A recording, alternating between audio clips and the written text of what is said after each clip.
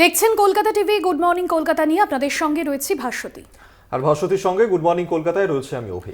শুরুতে যে খবরে নজর রাখবো, বেঙ্গালুরুর রামেশ্বরম ক্যাফে বিস্ফোরণে বাংলা যোগ নিউ দিঘার হোটেল থেকে আব্দুল মাতিন তহা ও মুসাবির হোসেন সাজিবকে গ্রেফতার এনআইএর। 1 মার্চ বিস্ফোরণের পর 3রা মার্চ তদন্তে নামে এনআইএ। ক্যাফে সংলগ্ন সিসিটিভি ফুটেজে দেখা যায় মুসাবিরকে জঙ্গি সংগঠন আইএস এর সঙ্গে যুক্ত। স্বাস্থ্য পরীক্ষার পর ধৃতদের এনআইএর বিশেষ আদালতে পেশ করা হলে 3 দিন ট্রানজিট রিমান্ড পায় এনআইএ।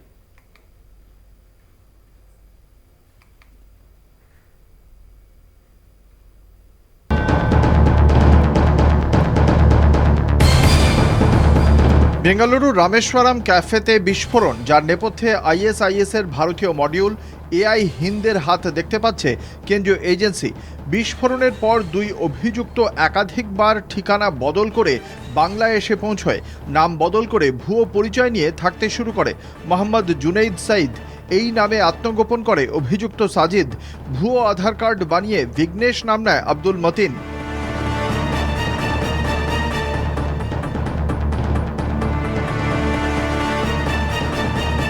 শেষ রক্ষা হয়নি। নিউ দিঘার হোটেল থেকে 2 অভিযুক্তকেই পাকড়াও করে তদন্তকারী দল, যাদের মাথার দাম এক একজনের 10 লক্ষ টাকা। গতকাল রাতে আমাদের কাছে একটি ইনফরমেশন আসে এবং সেই ইনফরমেশনের উপর ভিত্তি করে পশ্চিমবঙ্গ পুলিশ এবং সেন্ট্রাল ইন্টেলিজেন্স এজেন্সির একটি যৌথ অপারেশন হয় এবং ইনফরমেশন আসার সাথে সাথেই সমস্ত ওয়ার্কআউট করে 2 ঘন্টার মধ্যে যে রামেশ্বরম ব্লাস্ট কেস আছে তার 2 জন অভিযুক্তকে গ্রেপ্তার করা হয়। ঠিক কি ঘটেছিল সেদিন? 1 মার্চে বেঙ্গালুরু রামেশ্বরম ক্যাফেতে বিস্ফোরণ হয়। ভিড়ে ঠাসা ক্যাফেতে হঠাৎই রান্নাঘরের দিক থেকে ধোঁয়া বেরিয়ে আসতে দেখা যায়। কিছু বুঝে ওঠার আগেই তীব্র বিস্ফোরণের আওয়াজ, অন্তত 10 জন আহত হন। ক্যাফে সংলগ্ন সিসিটিভি ফুটেজ সংগ্রহ করে এনআইএ। ফুটেজে মুসাফিরকে ব্যাকপ্যাক নিয়ে বেরোতে দেখা যায়। এক ধৃতকে জেরা করে মুসাফির আব্দুলের নাম জানতে পারে এনআইএ। 29 মার্চ 2 অভিযুক্তের ছবি প্রকাশ করে এনআইএ। 10 লক্ষ টাকা পুরস্কার ঘোষণা করা হয়। এনআইএ বিবৃতিতে জানায়, পশ্চিমবঙ্গ, তেলেঙ্গানা, কর্ণাটক পুলিশ এবং কেন্দ্রীয় এজেন্সির যৌথ অভিযানে 2 অপরাধী ধরা পড়ে। শুক্রবারই এনআইএর বিশেষ আদালতে ধৃতদের পেশ করা হয়। কলকাতা টিভি।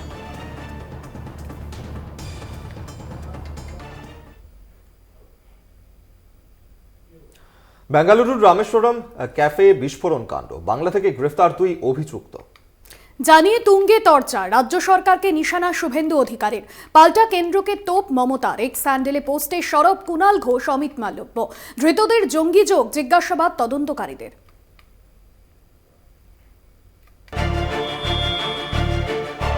1 মার্চ ভিড়ে ঠাসা বেঙ্গালুরুর রামেশ্বরম ক্যাফেতে বিস্ফোরণ। পশ্চিমবঙ্গ আন্তর্জাতিক অপরাধী জঙ্গি, তাদের একটা মুক্তাঞ্চল, এটা বারে বারে প্রমাণ হচ্ছে। মানে রাষ্ট্র বিরোধী একটি রাজ্য সরকার থাকার জন্য তাদের পুলিশকে কার্যত পার্টির ক্যাডারে পরিণত করে পুলিশের যে নিজস্ব ফাংশনিং আছে সেটা করতে না দেওয়ার কারণে পশ্চিমবঙ্গের আজকে এই অবস্থা হয়েছে। 12 এপ্রিল, প্রায় 1.5 মাস পর বেঙ্গালুরুর রামেশ্বরম ক্যাফেতে বিস্ফোরণের ঘটনায় বাংলা থেকে গ্রেপ্তার 2 অভিযুক্ত। ধৃত আব্দুল মাতিন তাহা ও মুসাবির হোসেন সাজিব। জানিয়ে শুরু হয়েছে রাজনৈতিক তরজা। আজকে আসার আগে শুনলাম ওদের একটা ছেলে আছে। আমরা বলি বেশি ফোড়ং কাটে, ফোড়ংবাজ বলেছে ব্যাঙ্গালোরে একটা বোমা পড়েছিল, লখনৌও কর্ণাটকের, আমাদের এখানকার নয়। 2 ঘন্টায় বাংলায় লুকিয়েছিল, 2 ঘন্টার মধ্যে আমরা ধরে দিয়েছি আমাদের পুলিশ। আর সেখানে বলছে বাংলা সেফ নয়, তোর দিল্লি সেফ, তোর উত্তরপ্রদেশ সেফ। অত্যাচারী দল, সব অত্যাচারের সীমানা ছাড়িয়ে গেছে। শুধু বিরোধী দলনেতাই নয়, মমতার সরকারকে নিশানা করে এক্স স্যান্ডেলে পোস্ট করেন বিজেপির আইটি সেলের প্রধান অমিত মালব্য। লেখেন, মমতার সরকারে বাংলা জঙ্গিদের স্বর্গরাজ্য। পাল্টা পোস্ট করে রাজ্য পুলিশ। লেখা হয়, এনআইএ এবং রাজ্য পুলিশের যৌথ অভিযানে 2 জঙ্গি গ্রেফতার। যার স্বীকৃতি দিয়েছে কেন্দ্রীয় এজেন্সি। তার ভরসায় এই দুই আল হিন্দ জঙ্গি কলকাতায় এলেন। রাজ্য পুলিশ যদি এতটাই তৎপর, তাহলে গত 3-4 দিন ধরে রাজ্যের বিভিন্ন প্রান্তে ঘুরে যখন দীঘার হোটেলে এই দুই জঙ্গি ওঠে, তখন রাজ্য পুলিশ তাদের গ্রেপ্তার করতে পারেনি কেন? বিরোধী দলনেতাকে খোঁচা দিতে ছাড়েননি তৃণমূল নেতা কুণাল ঘোষ। পূর্ব মেদিনীপুরের দীঘা এলাকা থেকে গ্রেফতার 2 অভিযুক্ত, যা দিয়ে নাম না করে শুভেন্দুকে নিশানা কুণাল ঘোষের। এক্স হ্যান্ডেলে পোস্ট করে তিনি লেখেন, সবাই জানে কোন পরিবার দুষ্কৃতীদের আশ্রয় দেয়। কাঁথিতে কেন তারা নিজেরা ভাবাচাকা খেয়ে গেছে, সেটাকে কিভাবে মানে একটা প্রলেপ দেয়া যায় কাঁথিতে কেন? কারণ যখন একটা প্রশ্ন উঠেছে যে ওখানে কানেকশনটা কি, আশ্রয় কে দিয়েছে, কোন পরিবার ওখানে আছে। বাংলা থেকে গ্রেফতার 2 মাস্টার মাইন্ড। ভোটের মুখে বেঙ্গালুরুর রামেশ্বরম ক্যাফে বিস্ফোরণের ঘটনায় বাংলা যোগে উত্তপ্ত বঙ্গ রাজনীতি। কলকাতা টিভি। উত্তরবঙ্গে ঝড়ে ক্ষতিগ্রস্তদের বাড়ির টাকা দেওয়ার ঘোষণা মমতার। এজন্য শাস্তির মুখে পড়তে হলেও তার তোয়াক্কা করছেন না মুখ্যমন্ত্রী। ঝড়ে দুর্গতদের ক্ষতিপূরণ পৌঁছে দিতে এর আগে নির্বাচন কমিশনে দরবার করে তৃণমূল, কিন্তু সেই কমিশন অনুমোদন দেয়নি। নির্বাচনী আচরণ বিধির মধ্যেই ঝড়, আর সে কারণেই ক্ষতিপূরণ নিয়ে রাজনৈতিক চর্চা। 31শে মার্চ কয়েক মিনিটের ঝড়ে তছনছ উত্তরবঙ্গের জলপাইগুড়ি, কোচবিহার ও আলিপুরদুয়ারের সীমান্ত লাগোয়া এলাকা। সেই রাতেই ঘটনাস্থলে পৌঁছন মুখ্যমন্ত্রী মমতা বন্দ্যোপাধ্যায়। সামনে বর্ষা আসতেছে, আমরা তো এখানে থাকতে পারবো না, বা এদিকে আমার ছোট মেয়ে আছে, ছোট ছেলে মেয়ে আছে, এইভাবে আমরা কিভাবে থাকতে পারবো? আবার ঝড় হচ্ছে একটা, কাল ঝড়ের আতঙ্কায় তো সবাই অবাক হয়ে গেল যে কি করি। এখানে দৌড় দেয়, তিরপাল তো ছিঁড়ে যাচ্ছে। 5000 বাড়ি ক্ষতিগ্রস্ত হয়, মাথার উপরে ছাদ হারান অসংখ্য মানুষ। দুর্গতদের কাছে ক্ষতিপূরণ পৌঁছে দিতে নির্বাচন কমিশনে দরবার করে তৃণমূল। রাজ্যপালকেও দেওয়া হয় চিঠি। কমিশন যদিও ক্ষতিপূরণ পৌঁছে দেওয়ার অনুমতি দেয়নি। নতুন বাড়ি তৈরির ক্ষেত্রে রাজ্যকে পারমিশন ইলেকশন কমিশন দিচ্ছে না। এরা বাংলা বিরোধী নয় তো কারা বাংলা বিরোধী? এরকম পরিস্থিতিতেই মমতার ঘোষণা, বাংলার প্রশাসনই দুর্গতদের কাছে প্রয়োজনীয় ক্ষতিপূরণ পৌঁছে দেবে। ডিজাস্টার ম্যানেজমেন্টের একটা সিস্টেম আছে, জুলাই মাসে নতুন হয়েছে। প্রশাসন দেবে, আমিই দেবো না, প্রশাসন দেবে, আমাদেরই সরকার দেবে। 20,000 টাকা যারা পেয়েছেন প্রশাসন তাদের আবার 40 দেবে। তাহলে প্রথম কিস্তি 60 হয়ে গেল, আর 60,000 দ্বিতীয় কিস্তিতে পাবেন। অর্থাৎ 1,20,000 টাকায় প্রশাসন আপনাদের কাছে পৌঁছে দেবে। মনে রাখবেন, ঘর তৈরি করতে শুরু করুন, জলপাইগুড়ি শুরু করুন, কোচবিহার শুরু করুন, আলিপুরদুয়ার শুরু করুন, কোচবিহার শুরু করুন, যাদের ঘর বাড়ি ঝড়ে ভেঙে গেছে। নির্বাচনী আচরণবিধি চালু হয়ে গিয়েছে। এই পরিস্থিতিতে মমতার ক্ষতিপূরণ ঘোষণায় কি রাজনৈতিক বিতর্ক তৈরি হবে? আমি যেহেতু ইলেকশন চলছে, এমসিসির কোড মেনে বলবো, 8 দিন 10 দিন তো হয়ে গেল, আমি নিজে 9 দিন থেকে গেলাম। তোমরা বাংলার বাড়ির পারমিশনটা দিলে না। যারা মাটির ঘরে থাকে, যাদের ঘরগুলো ভেঙে গেছে, উপড়ে গেছে, তাই আমি আজকে বলে যাই, আমার বিরুদ্ধে কেস করলে করো, গরিব লোকেদের জন্য কাজ করতে গিয়ে আমায় যদি কেস দাও, আমি গর্ববোধ করব, আমি গর্বিত হব। আমাদেরও ডিজাস্টার ম্যানেজমেন্টের একটা সিস্টেম আছে, জুলাই মাসে নতুন হয়েছে। প্রশাসন দেবে, আমিই দেবো না, প্রশাসন দেবে, আমাদেরই সরকার দেবে। শুক্রবারই তৃণমূল কংগ্রেসের এক প্রতিনিধি দল উত্তরবঙ্গের দুর্গতদের সঙ্গে কথা বলেন, যেখানে ভোট আগামী 19শে এপ্রিল। কলকাতা টিভি। সময় এখন একটা বিরতি। গুড মর্নিং কলকাতা নিয়ে ফিরছি বিরতির পর, সঙ্গে থাকুন।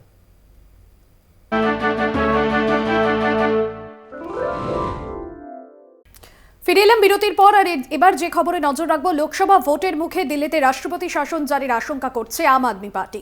দলের মুখপাত্র রাজ্যের মন্ত্রী অতীশের দাবি, অরবিন্দ কেজরিওয়ালকে আবগারি মামলায় গ্রেফতারের পর থেকেই নির্বাচিত সরকারকে ফেলে দেওয়ার ষড়যন্ত্র করছে কেন্দ্রের শাসক দল। একদমই তাই। এবং যেহেতু দিল্লির আবগারি দুর্নীতি মামলায় এই মুহূর্তে জেলে রয়েছেন অরবিন্দ কেজরিওয়াল, তারপর সিবিআইও 3 দিনের জেল হেফাজতে নিয়েছে কেসি কবিতাকে।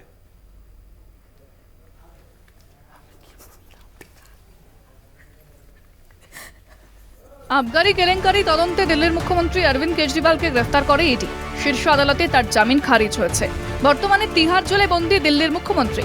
এর আগেই মন্ত্রিসভার দ্বিতীয় গুরুত্বপূর্ণ সদস্য মনীষ সিসোদিয়াকে গ্রেফতার করায় তিনি পদ থেকে ইস্তফা দেন। বছর দেড়েক হতে চলল তিহার জেলে বন্দী মনীষ সহ একাধিক আপ নেতা। অতীশের দাবি, বিশ্বস্ত সূত্র থেকে তারা জানতে পেরেছেন রাজ্যের নির্বাচিত সরকারকে ফেলে দেওয়ার চক্রান্ত চলছে। তিনি বলেন, একাধিক শূন্যপদ সত্ত্বেও আইএএস অফিসার নিয়োগ বন্ধ রেখে প্রশাসনিক কাজে পদে পদে প্রতিবন্ধকতা তৈরি করা হচ্ছে। अरविंद केजरीवाल जी की गिरफ्तारी एक फर्जी केस में बिना किसी सबूत के हुई है। क्यों? क्योंकि ये दिल्ली की चुनी हुई सरकार गिराने की एक साजिश है। अब हम पिछले कुछ महीने से हो रहे कई कदमों को देखते हैं तो ये समझ में आ रहा है कि ये एक सोची समझी साजिश है। पिछले कुछ महीने से दिल्ली में कोई अफसर नहीं पोस्ट हो रहे, दिल्ली के अंदर कोई ट्रांसफर पोस्टिंग नहीं हो रही है। जब से चुनाव की घोषणा हुई है, अफसरों ने मीटिंगों में आना बंद कर दिया है। हमने देखा है कि पिछले एक हफ्ते से एलजी साहब बार बार बेबुनियाद चिट्ठियां एमएचए को लिख रहे हैं। मुख्यमंत्री के निजी सचिव को हटाया गया है। ये सारे इस बात के लक्षण हैं कि दिल्ली की चुनी हुई सरकार को गिराने की कोशिश हो रही है। ভুয়ো অভিযোগে কেজরিওয়ালকে গ্রেফতার করা হয়েছে বলেও এদিন ফের দাবি করেছেন তিনি। 2007 সালের একটি অভিযোগের সূত্রে কেজরিওয়ালের ব্যক্তিগত সচিব বিভব কুমারকে ছাঁটাই করেছে দিল্লির ভিজিলেন্স কমিশন। তার মতে, লোকসভা ভোটের মধ্যেই রাজ্যে রাষ্ট্রপতি শাসন জারির চক্রান্তের অংশ হিসেবেই এই পদক্ষেপ করা হচ্ছে। কলকাতা টিভি।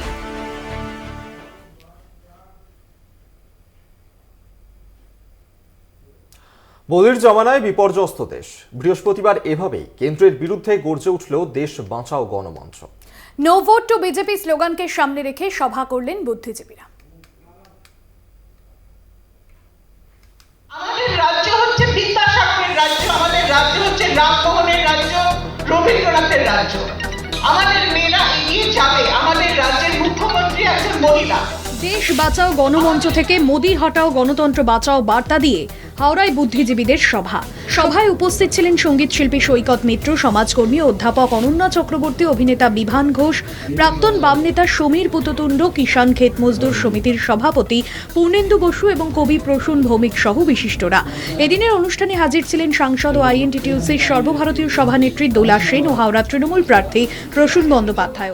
আমরা যে যার নিজের ক্ষেত্রে অল্প স্বল্প যা কিছু কাজ করে থাকি, সেখানে অধ্যাপকও আছেন, কবিও রয়েছেন, নাটকের দল রয়েছে, গানের দল রয়েছে। কিন্তু আলটিমেটলি এই কথাটাই বলা যে এই স্বৈরাচারী বিজেপি সরকারকে আবার যদি দেশে আবার তারা পূর্ণ বহুমত নিয়ে আসে, তাহলে দেশের সংবিধান বাঁচবে না, আমাদের সাংবিধানিক গঠনটাই চেঞ্জ হয়ে যাবে, আমাদের কোনো গণতান্ত্রিক অধিকার আর থাকবে না। বিজেপি তথা মোদির জমানায় সর্বস্তরে ভারতের বিপর্যয় নেমে এসেছে, তা এদিনের সভা থেকে তথ্য দিয়ে তুলে ধরেন বুদ্ধিজীবীরা। পাশাপাশি কেন বিজেপিকে একটি ভোটও নয় তাও সাধারণ মানুষকে বুঝিয়ে বলেন তারা। তাদের বক্তব্যে উঠে আসে কেন্দ্রীয় সরকার তথা নরেন্দ্র মোদির দ্বিচারিতার কথাও। পাশাপাশি কেন এই রাজ্যের 42টি আসনের সবকটি তৃণমূলের জেতা উচিত তাও বুঝিয়ে বলা হয় সভা মঞ্চ থেকে। তৃণমূলের প্রতি তো ভালোই রেসপন্স পাওয়া যাচ্ছে প্রচারের জন্যই, যে যাতে ভালো হয় আমাদের এই সমাজ, তৃণমূলকে ভোট দিয়ে সবাই জিতাক, যাতে আমাদের দিদি যা কাজ করছে আমাদের মহিলাদের জন্যে সেটা সবার কাছে ইয়ে হোক, আমরা দিদিকেই চাই। বুদ্ধিজীবীদের এই জমায়েতে মুগ্ধ হাওড়া তৃণমূল প্রার্থী প্রসূন বন্দ্যোপাধ্যায়। এরা সবই বেশিরভাগই মোস্ট প্রবলি বামপন্থী ছিলেন, কিন্তু ওরা বুঝতে পেরেছে যে মমতা ব্যানার্জি কি, এটা ভীষণ ভালো লাগলো। আমি আবার বলছি, বিজেপি কিচ্ছু করতে পারবে না। ভালো জায়গা আসছে ক্রমসভাতে, এদের দেখে বোঝা যাচ্ছে যে ভালো জায়গা আসছে, আমাদের তৃণমূলকে কিচ্ছু করতে পারবে না। এদিন সভা মঞ্চ থেকে শুধু রাজ্য থেকে নয়, দেশ থেকে বিজেপি বিতরণের ডাক দিয়েছেন উপস্থিত ব্যক্তিত্বরা। কলকাতা টিভি।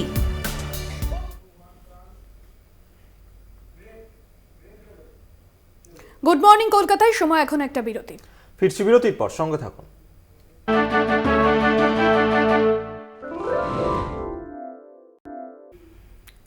ফিরে এলাম বিরতির পর। তোরসার ভাঙনে বিলীন প্রায় 40টি বাড়ি, সামনেই ভোট। এখনও কোনো দলীয় প্রার্থী এলাকায় আসেনি এবং তাদের পাশে দাঁড়ায়নি বলেই অভিযোগ ভুটান সীমান্তবর্তী শহর জয়গার ছোট মেচিয়া বস্তির বাসিন্দাদের। মুখ্যমন্ত্রীর কাছে তাদের সমস্যার কথা পৌঁছে দিতে চান ক্ষতিগ্রস্তরা। বাঁধ নির্মাণ ও পুনর্বাসনের দাবি বাসিন্দাদের।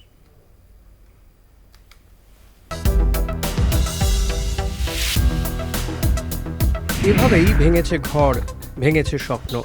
তোরসার জলে বিলীন হয়ে গেছে ছোট মেচিয়া বস্তি এলাকার প্রায় 40টি বাড়ি। এখনও কোনো দলীয় প্রার্থী এলাকায় আসেনি এবং তাদের পাশে দাঁড়ায়নি বলে অভিযোগ ভুটান সীমান্তবর্তী শহর জয়গার ছোট মেচিয়া বস্তির বাসিন্দাদের। সামনেই বর্ষা, এখনও তৈরি হয়নি বাঁধ। ফের ভিটেমাটি হারানোর আতঙ্কে এলাকার বাসিন্দাদের একাংশ। অভিযোগ, নদীতে বাঁধ না থাকায় গত 2 বছরে এলাকার বেশ কয়েকটি বাড়ি, অঙ্গনওয়াড়ি কেন্দ্র, সড়ক সব নদীর জলে বিলীন হয়ে গিয়েছে। বসত ভিটে হারানো মানুষরা এলাকা ছেড়ে অন্যত্র থাকতে বাধ্য হয়েছেন। অঙ্গনওয়াড়ি কেন্দ্র না থাকায় শিখে উঠেছে পঠন পাঠন। সামনেই ভোট, তবুও এই পরিস্থিতিতে কোনো দলীয় প্রার্থী তাদের কাছে আসেননি বলে অভিযোগ দুর্গতদের। পুনর্বাসনের দাবি ক্ষতিগ্রস্তদের। तो कोई भी कैंडिडेट आगे हम लोग छोटे मेची बस्ती 1148 का पूरा बासिंदा हम लोग ममता दीदी से ये गुजारिश करना चाहते हैं कि जल्द से जल्द यहाँ का बांध कंप्लीट कर दीजिए। वो बाढ़ आने से पहले हम लोग चाहते हैं कि हम लोग ममता दीदी से ये गुजर कर वो लोग को भी मिलना चाहिए। हम लोग पार्टी से रिक्वेस्ट करते हैं, हम लोग का अपना दीदी है, हम लोग का सरकार, उनसे हम रिक्वेस्ट करते हैं जल्दी मिले और गरीब दुखी जो जितना है घर चला गया वो लोग को मिले, ये हम लोग को चाहना है। और जल्दी से जल्दी यहाँ का काम होना चाहिए क्योंकि अभी तो बरसात लग ही गया है, अभी तक काम तो चालू हुआ है लेकिन ख़त्म नहीं हुआ। বাঁধ নির্মাণ নিয়েও শাসক বিরোধী তরজা, আক্রমণ পাল্টা আক্রমণ। ওদের এরিগেশন অ্যামেন্ডমেন্টের কাজ হয়েছে, সাথে সাথ ওদের যে জমি এটা সরকার দেখেছে, এটা জেলা প্রশাসন বলবে, আচার সংহিতা আছে, এই কথা আমি বলবো না, কিন্তু প্রত্যেকটা ওদের সাথে গিয়ে কথা বলবেন কি 100 বার বলবো। আমরা একাধিকবার দৃষ্টি আকর্ষণ করেছি সেটা বিভিন্ন কোশ্চেনের মধ্য দিয়ে, কিন্তু সরকার শুধু একটাই অজুহাত দেখায় যে আমাদের টাকা আমাদের কাছে কোনো টাকা নেই, বাঁধ বানানোর জন্য আমাদের কোনো টাকা নেই, তাই আমরা কিছু করতে পারতেছি না। তো এইভাবে যদি সরকার বলে আমাদের কাছে টাকা নেই তাহলে মানুষরা যাবে কোথায়? উত্তরবঙ্গ সফরে মুখ্যমন্ত্রী। এবার মুখ্যমন্ত্রীর কাছে তাদের সমস্যার কথা জানাতে চান ছোট মেচিয়া বস্তির বাসিন্দারা। ভোট আসে, ভোট যায়, কিন্তু প্রতিশ্রুতি পূরণ হয় না বলে অভিযোগ। এবার কি মিটবে সমস্যা? আশায় নদী পাড়ের বাসিন্দারা। কলকাতা টিভি।